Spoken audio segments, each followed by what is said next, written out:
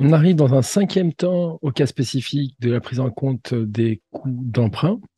D'après le PCG, les coûts d'emprunt pour financer l'acquisition ou la production d'un actif éligible peuvent être inclus dans le coût de l'actif. Deux traitements sont donc autorisés, la comptabilisation en charge ou l'incorporation au coût de l'actif. Ainsi, on aura donc le droit d'immobiliser les intérêts d'emprunt, les intérêts d'emprunt nécessaires à l'acquisition et à la fabrication d'une immobilisation, ainsi que d'un stock, et il permettra d'augmenter la valeur de cet actif. L'entreprise, si elle souhaite le laisser en charge, n'a rien à faire. Si elle souhaite l'immobiliser, elle devra l'activer en immobilisation. Il faudra pour cela respecter un certain nombre de conditions. Les coûts d'emprunt doivent concerner un actif éligible, c'est-à-dire un actif qui nécessite une période de préparation suffisamment longue avant d'être mis en service. Les coûts d'emprunt doivent être directement attribuables à l'acquisition ou à la période de construction ou de production de l'actif éligible. Ils doivent concerner la période de production de cet actif jusqu'à la date d'acquisition ou de production définitive. Il doit être probable qu'ils généreront des avantages économiques futurs pour l'entité et ils doivent être évalués de façon fiable.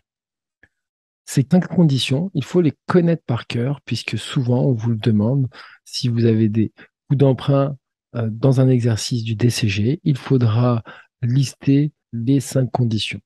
Les coûts d'emprunt qui sont éligibles, qui sont donc activables, ce sont les intérêts sur des couverts bancaires ou sur emprunt, qui soient à court ou à long terme, l'amortissement des primes d'émission ou de remboursement d'emprunts obligataires, et l'amortissement des frais accessoires d'emprunt, frais d'émission, différences de change, etc.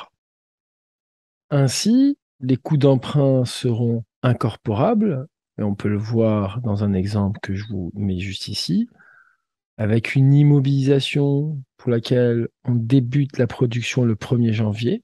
La fin de production arrive durant l'exercice N+1 et on retrouve une date de mise en service qui est ultérieure. Donc il faudra bien distinguer la fin de production et la date de mise en service. On parle de production, que l'immobilisation soit acquise ou produite par l'entreprise.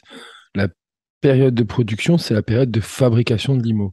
Je peux donc acheter une immobilisation qui nécessite donc un long moment de production, tout comme je peux fabriquer une immobilisation qui nécessite une longue période de production. Les intérêts seront incorporables que pendant la période de production, exclusivement, qui va justement du 1er janvier, début de production, à la fin de production. Le délai qu'il y a entre la fin de production et la mise en service, on ne pourra pas incorporer les coûts d'emprunt. Bien sûr, et je le rappelle et j'insiste, ce ne sont que les intérêts qui pourront venir grossir la valeur de l'immeuble.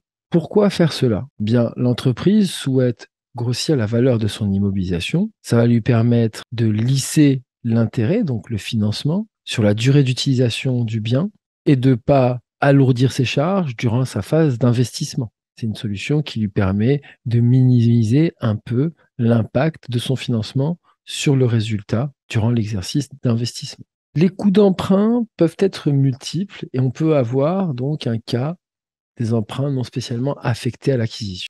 Ce qui signifie que vous avez plusieurs emprunts. Et si c'est le cas, il faudra déterminer un taux de capitalisation moyen pondéré des coûts d'emprunt concernés. Eh bien, pour calculer ce taux moyen pondéré, il sera la formule suivante. On prendra le montant de l'emprunt 1 que l'on multipliera par son taux, auquel on ajoutera le montant de l'emprunt 2 multiplié par son taux. S'il y en a d'autres, on les ajoutera. Montant 3 multiplié par le taux numéro 3. Le tout divisé par les montants d'emprunt additionnés.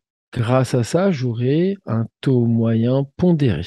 Ce taux moyen pondéré, c'est lui que j'utiliserai pour calculer le taux d'emprunt incorporable. Imaginons 3 emprunts pour une période de production plus courte, puisque les emprunts ont déjà commencé avant, imaginons le 1er janvier, alors que la période de production ne commence que le 1er mars. Nous ne pourrons intégrer les intérêts qu'à partir du début de la production, soit le 1er mars, jusqu'à la fin de production, le 1er septembre. On voit que l'emprunt 1 commence avant la période de production et termine après. On ne mettra pas toute la période, puisque c'est une période de 12 mois, tandis que la période de production concernée est de 7 mois. L'emprunt 2, on a le même constat.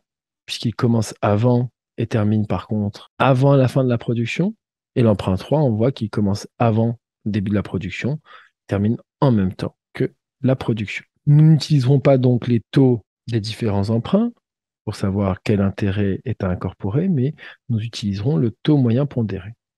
Ainsi, on prendra le montant de l'emprunt multiplié par le taux moyen pondéré, multiplié par la période de production, c'est-à-dire 7 mois. 7 mois sur 12. Nous activerons la charge d'intérêt dans l'immobilisation grâce au compte 796, transfert de charges financières, qui permet de neutraliser les charges dans le compte de résultat, les charges d'intérêt concernées dans le compte de résultat, et de l'envoyer dans le compte d'immobilisation. On augmente un compte d'actif au débit, hein. Je viens d'augmenter la valeur de mon actif et je viens de créer un produit qui aura pour impact de neutraliser les charges dans le compte de résultat. Bien entendu, en fonction des calculs que j'aurai faits pour déterminer les intérêts.